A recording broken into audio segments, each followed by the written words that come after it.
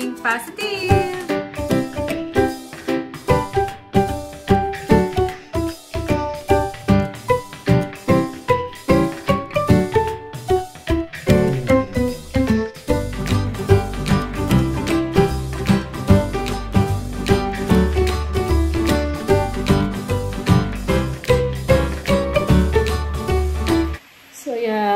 Good morning! Ang aga kong nagligpit ng ng Christmas tree. Hindi pala maaga. Kumaga, yung oras lang. Pero yung araw, na ngayon? January 12. O, diba? Late ko na siyang natanggal kasi nga, hindi natin naasikaso. So, ngayon, pagkatapos ko magluto, sabi ko, naisip ko, nung nakita ko na naman siya, tanggalin na natin, sabi ko. Kaya, sabi ni Mister, wag muna. Kahit yung panganay ko, sabi niya, alisin muna, sabi niya. So, yan. Yan, mga nakalagay na sa isang lagayan. So, yung isa lalaban ko muna yun. Yung pangsapin natin. So, ilalagay ko sa storage room natin. Doon ko na itatago. Para next year naman, iano natin ulit. Gagamitin natin, diba? Missing ko lang dito kasi nag-ano siya, yung snowy Christmas tree natin, naglaglagan yung niya, yung mga puti-puti. So yan, linis lang ako.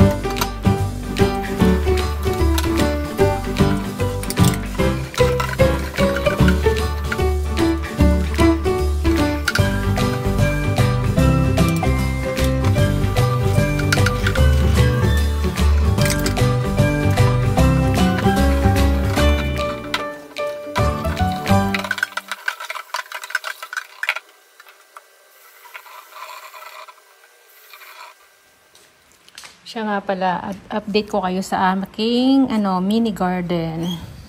Ayan. Nakapaglaban na rin pala ako. Ayan ang sinampay natin.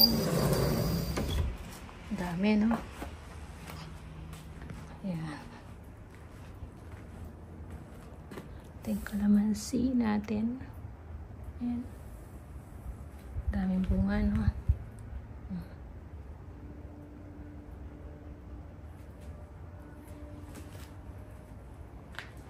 Sa taas. Tapos yan, lumalaki na rin yung mga nasa baba.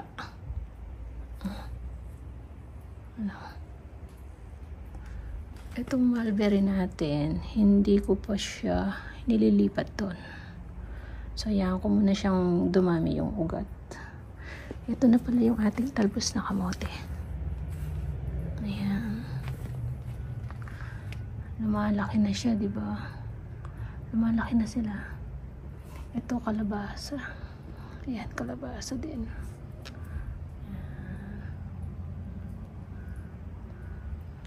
Mulberry pa natin. Tsaka yung sili. Ito yung sili. So, naglagay kami nito. Pangontra sa init. Kasi mainit dito. Nung isang araw, naging 41. 41, sobra. So, may tinanim ako dyan. Ilagay ko muna dyan. Tapos, yan. Yung mga talbos natin. At itong kapala, dito tayo. yung aking mini garden. Ayan. Tinanim ko na yung mga nasa paso dito. Para magkaroon ng halaman dito.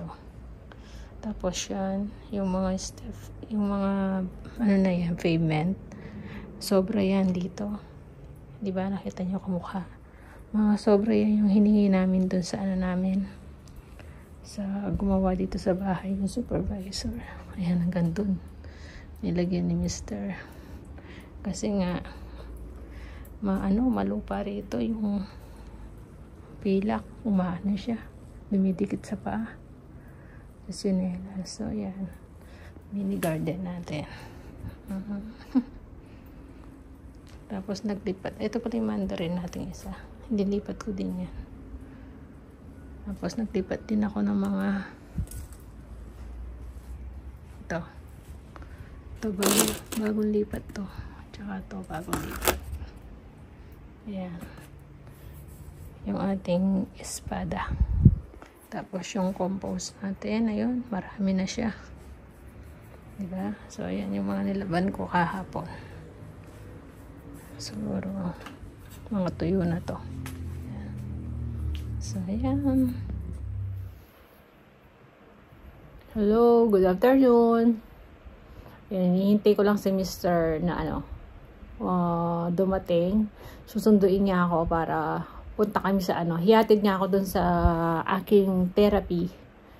So, last na yung aking therapy ngayon. Last na session na to. Kasi last December, pangatlo ko na yun eh.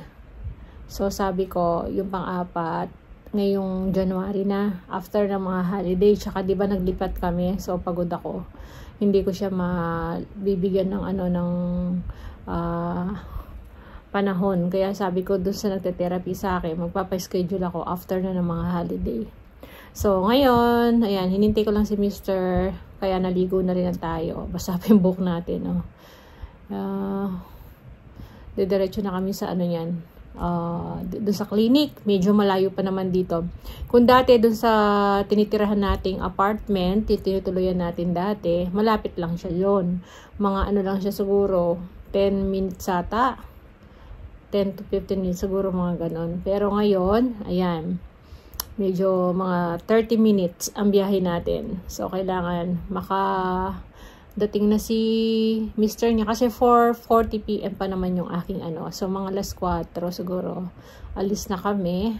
So, 30 minutes ang biyahe. Tama. So, 4:40 pa naman yung aking appointment ng aking therapy. So, at least last na siya.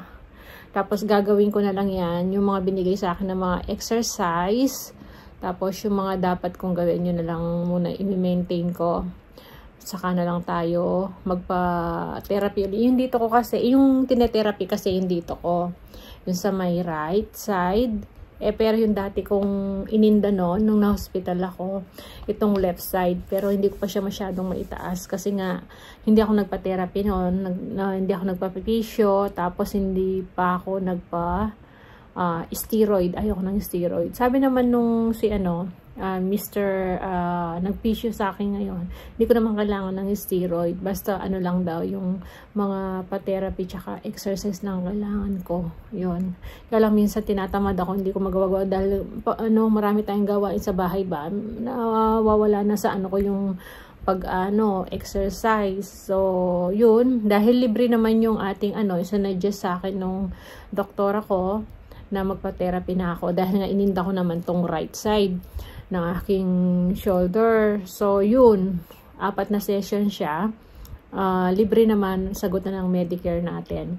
And then, itong left side ko, hindi pa talaga gumaling to. Pero, suggest sa akin nung